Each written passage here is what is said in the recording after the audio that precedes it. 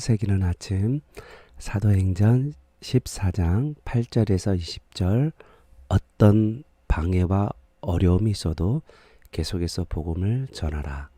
어떤 방해와 어려움이 있어도 계속해서 복음을 전하라 라는 말씀으로 잠깐 은혜를 나누기 원합니다. 지금 바울과 바나바는 1차 전도 여행 중에 있습니다. 우리 지도를 보시면 1차 전도 여행은 안디옥에서 시작해서 구브로를 걸쳐서 밤빌리아 보이시죠? 그리고 갈라디아, 그 갈라디아에서 이고니온을 지나서 루스트라, 그다음 더베, 거기를 지금 우리가 전도 여행 중에 있습니다. 바울과 함께요. 이 전도 여행을 한마디로 요약하면 마가복음 16장에 제자들이 나가 두루 전파할새 주께서 함께 역사하사 그 따른 표적으로 말씀을 확실히 증언하시니라 라는 말씀이 있습니다. 예수님께서 제자들을 파송할 때 제자들이 두루 다니면서 복음을 전파하는데 그때 예수님께서 함께 하셨다. 그래서 따르는 표적, 거기에 놀라운 기적이 나타날 때 그 나타나는 것으로서 제자들의 말씀이 확실한 것인 것을, 제자들의 말씀이 옳다는 것을 보여주었다. 이런 것처럼 오늘 사도행전의 1차 전도여행 중에 있는 바울과 바나바에게도 이 동일하신 주님께서 함께 일하셔서 표적과 기사가 나타남으로 바울과 바나바가 전하는 은혜로운 하나님의 말씀을 확증시켜주는 그런 과정을 보게 됩니다. 하나님 말씀과 함께 표적과 기사들이 나타남으로 이 말씀이 확실하게 이 말씀을 증언해 주는 그러한 표적과 기사였다는 거죠. 우리에게 가장 큰 관심이 바로 이런 표적과 기사인데 그 표적과 기사가 말씀에게 말씀을 봉사하는 하나님의 말씀이 확실한 것인 것을 봉사하는 것이라 라고 계속해서 성경은 우리에게 말씀하고 있는 거죠. 14장에 여러분 사도행전 14장을 보면 이고니온과 루스트라 그리고 더베라는 지역에 이 전도 여행이 쭉 기록되어 있잖아요. 이 14장 전체에 반복되는 단어가 있어요. 그게 어떤 어려움이 있어도 어떤 방해가 있어도 계속해서 7절 보면 14장 10절에 보면 거기서 복음을 전하니라 그렇게 돼 있잖아요. 복음 전한다는 이야기가 나와요. 어려움이 있어요. 방해가 있어요. 그런데 그 과정부터 복음을 전하는 것입니다.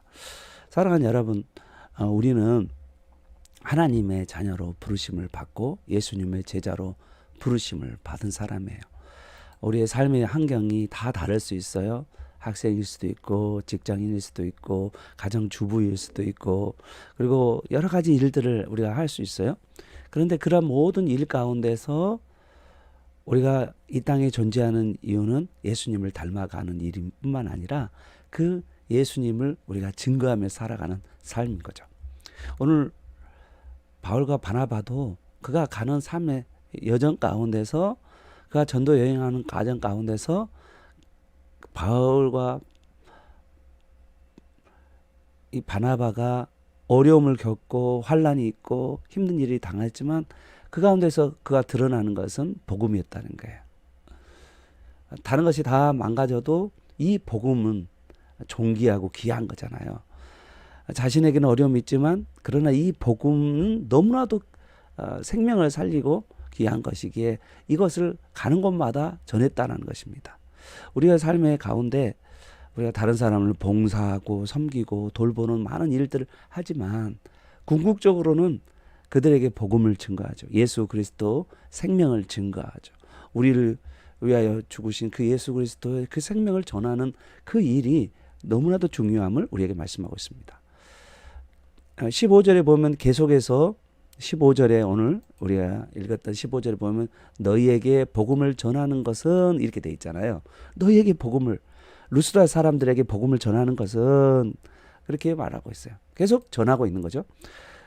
그리고 또 21절에 가보면 여러분 성경에 21절에 보면 복음을 그 성에 전하여 많은 사람을 제자로 삼고, 그래서 계속해서 복음을 전하고 있는 바울의 모습을 보게 되는 것입니다.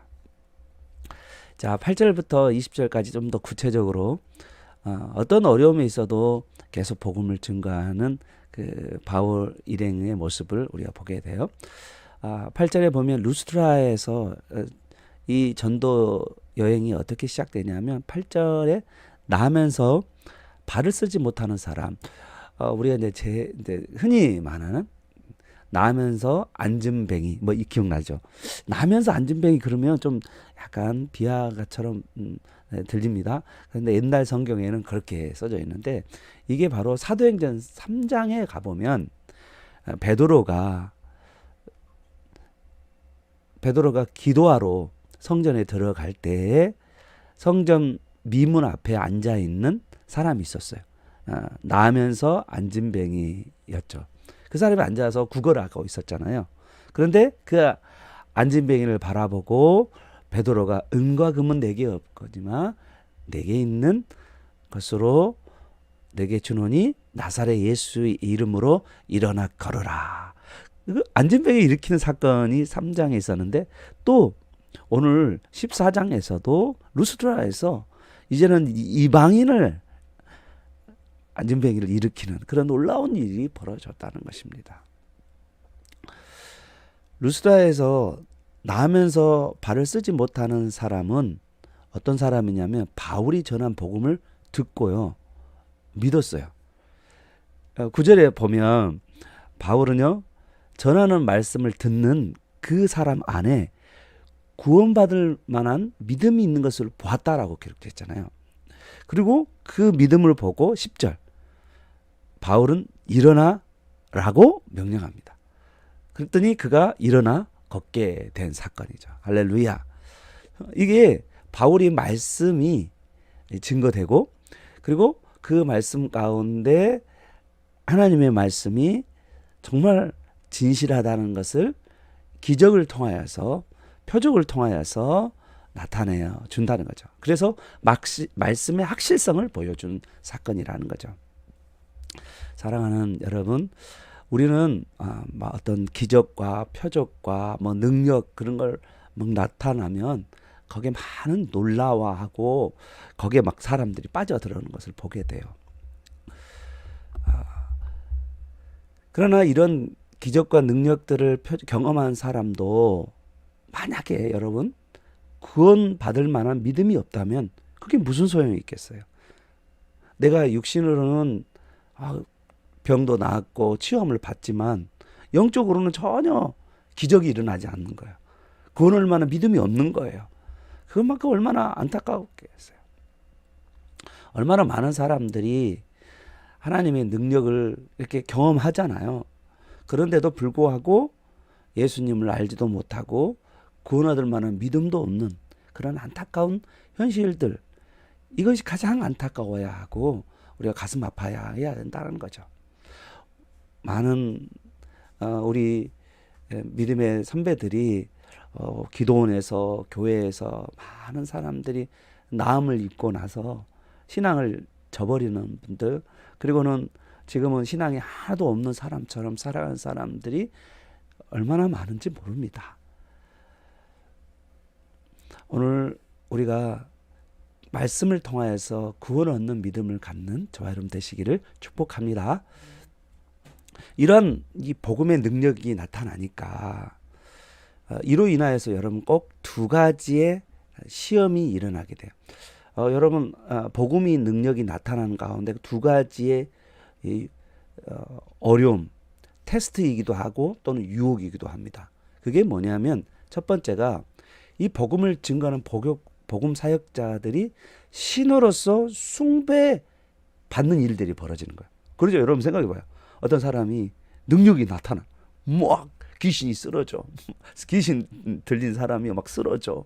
병난 사람이 나. 막 여러분 생각해봐요. 그러면 그것이 하나님의 능력인데 사람들은 하나님 능력으로 보지 않고 복음 전하는 자 이 통로를 신으로 숭배하는 일들이 생겨요. 이게 첫 번째고요. 또 한 가지는 이 복음을 반대하는 사람들이 반드시 나와서 핍박하게 되는 거죠. 오늘 여기에서는 복음을 반대하는 유대인들이 돌로 치는 핍박하는 일들이 벌어지는 거죠. 복음 사역자는요, 항상 이 두 양단의 어려움, 시험, 유혹이 따르기 마련이라는 거예요. 먼저 복음 사역자들을 신으로 숭배하는 일을 보십시오. 여러분 이 일은 어떤 일에도 나오냐면요. 세례 요한을 여러분 예수님이 공생을 시작하기 전에 세례 요한이 먼저 나오잖아요. 항상 여러분 성경의 복음서를 시작하면 세례 요한이 먼저 나와요. 그죠? 그리고 세례 요한이 막 회개하라고 외치고 막 그러잖아요. 그러니까 사람들이 그러면 너가 그리스도냐라고 질문을 던지잖아요. 너가 그리스도냐? 사람들은 궁금해하죠. 늘 그리스도가 기다리고 기다리는 그 메시아가 당신이냐라고 물어보잖아요. 그런데 여러분 생각해봐요. 세례 요한이 아무 말만 않고 가만히 있으면 어떻게 된 줄 알아요? 주위에 있는 사람들이 다 세례 요한을 그리스도로 추앙하잖아요. 그러면 얼마나 좋겠어요? 그리스도를 추앙하잖아요. 그런데 세례 요한은 너무나도 바보 같아요. 나는 아니다 라는 거예요. 나는 아니다. 만약에 여러분 그리스도로 메시아로 추앙을 받았다면 사람들이 더 말을 잘 들을 수도 있고 처참하게 죽지 않을 수도 있어요. 그런데 세례 요한은 분명하게 나는 아니다. 그리스도가 아니다. 나는 소리다. 광야에 외치는 소리와 같다라고 그 말하는 모습이 있잖아요. 지금 이와 같은 모습이 11절에 보면 이방 신화에 이렇게 젖어 있는 이방 사람이니까 루스다 사람들이 안전병이 일어나는 걸 보니까 막 흥분해 버리죠. 그리고 나서 어떻게 됐습니까? 바나바와 바울을 각각 12절에 보니까 그들의 신인 제우스와 헤르메스라고 부르면서 숭배하려고 하는 거예요. 얼마나 큰 유혹이에요, 이게. 가만히 있으면 신이 된다니까요. 그런데 14절 바나바와 바울은 하나님의 영광을 여러분 그 헤롯이 충이 먹어 죽은 헤롯이 있잖아요. 우리 사도행전에 나와 있는 이 헤롯이 충이 먹어서 죽을 때 11장 사도행 11장에 보면 충이 먹은 이 헤롯이 어떻게 됩니까? 하나님의 영광을 가로채다 보니까 충이 먹어서 죽잖아요. 그런데 이 바나바와 바울은 헤롯처럼 하나님 영광을 가로채지 않았다는 거죠. 그리고 오직 복음만을 증거하는, 오직 하나님만을 증거하는 모습을 보게 되는 거죠. 여기서 이제 사도행전에 바울의 두 번째 설교가 나옵니다. 짧은 설교인데 첫 번째 설교는 바로 지금 루스다 오기 전에 비시리아 안디옥이라는 그 지역에서 첫 번째 설교를 비시리아 안디옥 보이죠?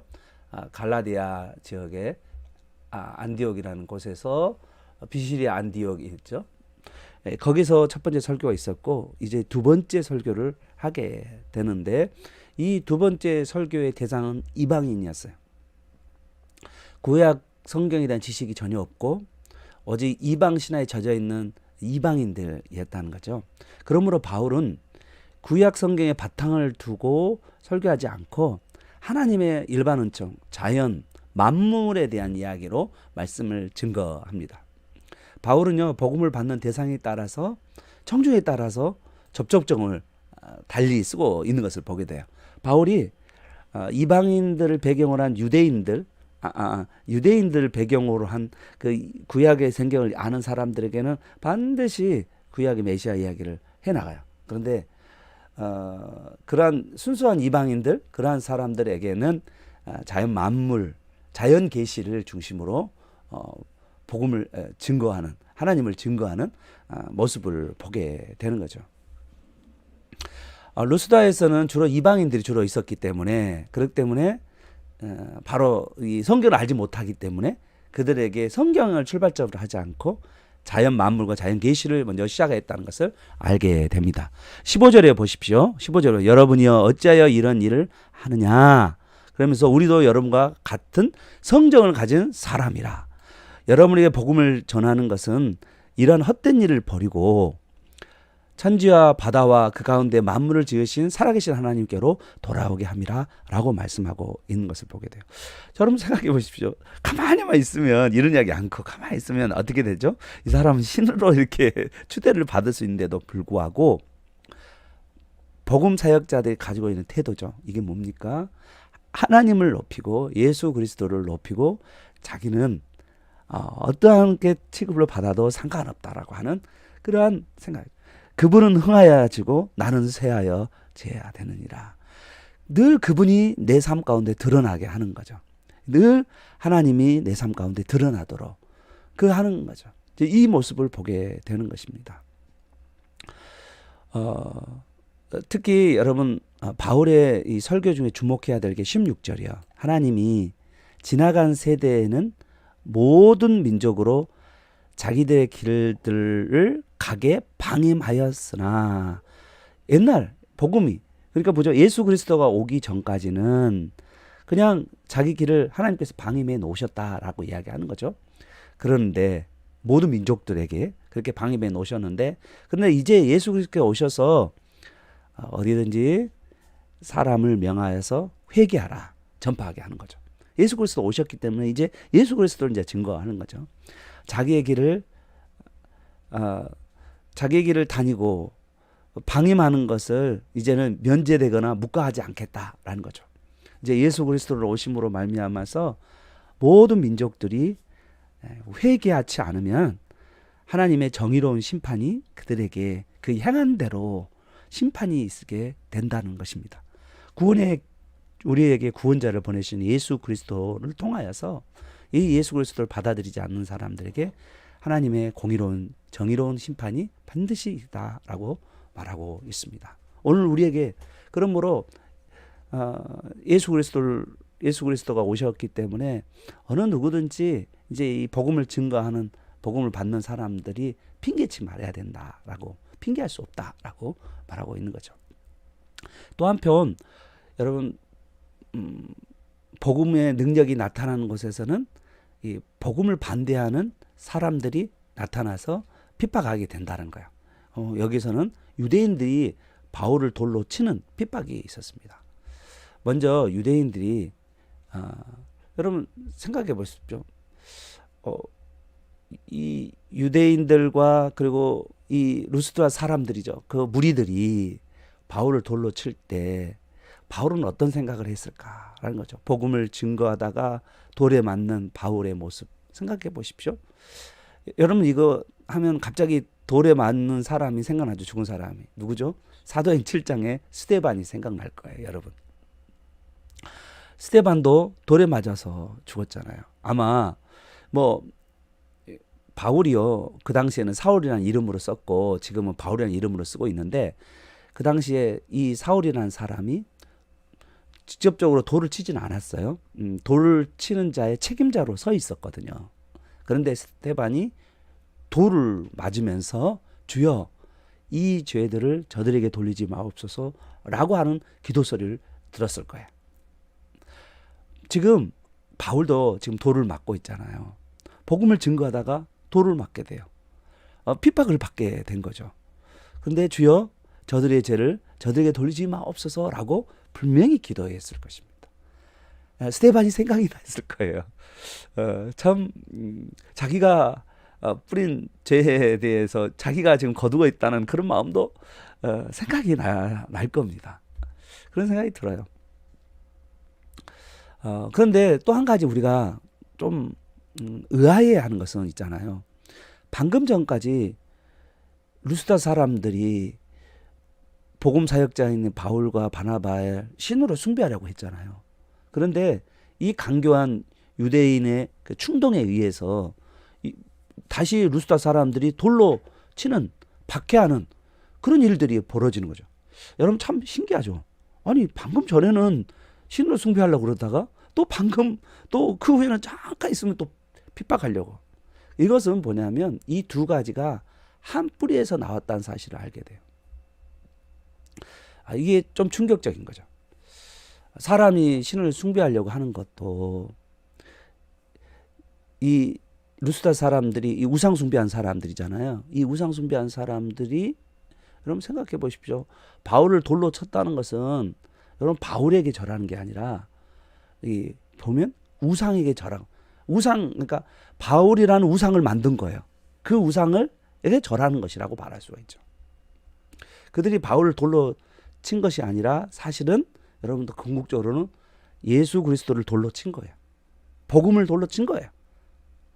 이 바울을 이렇게 돌로 쳐서 죽어서 바깥에 내다버린 게 아니라 예수 그리스도 복음을 그냥 바깥에다 내다버린 그러한 사람이 바로 루스드라 사람들이었다라고 알 수가 있는 거죠.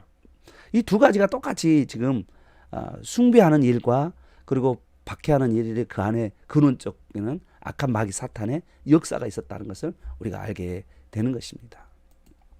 그러므로 우리가 복음을 증거할 때 항상 깨어 있어야 돼요. 그리고 또 하나님의 능력이 나타날 때도 깨어 있어야 된다는 거죠. 우리 19절 보십시오. 안디옥과 이고니온에서부터 쫓아온 유대인들이 그죠? 비시디의 안디옥이라고 했죠. 첫 번째 설교했던 곳. 그리고 이고니온에서도 핍박했던 이 유대인들이 루스드라 사람들을 선동하여서 바울을 돌로 친 후에 죽은 줄 알고 성 밖을 내버리는 그런 일들이 벌어진 거죠. 20절 바울은요 다시 일어나서 성으로 들어갑니다. 와, 충격적이지 않습니까? 돌 맞았는데 살아난 거예요. 아직도 해야 될 일이 사역이 있으니까 주님께서 살리신 거죠. 우리 주님께서. 그래서 다시 루스드라 성에 들어가서 거기 바나바와 함께 그 이웃 도시인 더베로 가서 또 복음을 전합니다. 그런데 이 더베에는 수많은 제자들이 일어나게 되는 거죠. 이 과정을 여러분 다 지켜본 청년이 하나가 있어요. 여러분 보십시오. 돌 던질 때 저 조그만 청년 있잖아요. 키가 작은 청년. 이게 무슨 생각을 하냐면 이 바울의 행동을 다 지켜본 청년이 하나가 있는데 바로 이게 영적인 아들 디모데입니다. 이 루스트라에서 이 디모데의 가족을 만나게 되거든요. 근데 이 디모데가 계속해서 쳐다보고 있는 거예요. 이 디모데는요 나중에 아주 충성스러운 목회자로 그리고 에베소 교회 목사님으로 사역을 하게 됩니다. 여러분 환난과 핍박을 이겨내는 복음 사역자를 통해서 또 다른 복음 사역자들이 세워지는 거예요. 환난을 이겨내는 모습을 보면서 불처럼 타오르는 사역자들이 일어나게 되는 것이죠. 따라서요 방해가 와도 그 방해 가운데 우리 주님이 함께 하심을 믿고 그리고 어려움이 와도 우리 주님이 함께 하심을 믿고 그까지 복음을 증거하는 이 일들을 감당하는 저 여러분 되시길 바랍니다. 우리를 보는 눈이 있어요. 우리를 지금 지켜보는 사람들이 있다는 거죠. 포기하지 마시고 다시 열정적으로 주님을 섬겨서 마침내 복음의 증언자로 복음의 사역자로 승리하는 넉넉히 이기는 저 여러분 되시기를 축복합니다. 기도하겠습니다. 하나님 오늘 바울과 바나바 일행이 루스트라에서 놀라운 이 하나님의 말씀을 증거하는 가운데 그 가운데 하나님의 능력이 나타나는 것을 보게 됩니다. 하나님 우리의 복음의 능력을 믿게 하시고 예수 그리스도 하나님이 하시는 일들을 우리가 사람들에게 계속해서 선포하고 증거하고 전파하고 외치는 삶을 살아가는 우리 모두가 되게 도와 주시옵소서. 또 그 과정 가운데 하나님 능력이 나타날 때 우리를 드러내는 게 아니라 예수 그리스도를 드러내게 하시고 또한 우리가 그 가운데 핍박이 오고 어려움이 올 때 낙심하거나 포기하지 아니하고 끝까지 믿음의 경주를 다하며 신앙의 길을 걸어갈 때 우리를 통해서 또 다른 복음의 사역자들이 일어나는 그 영광을 보게 하여 주옵소서. 예수님의 이름으로 기도합니다.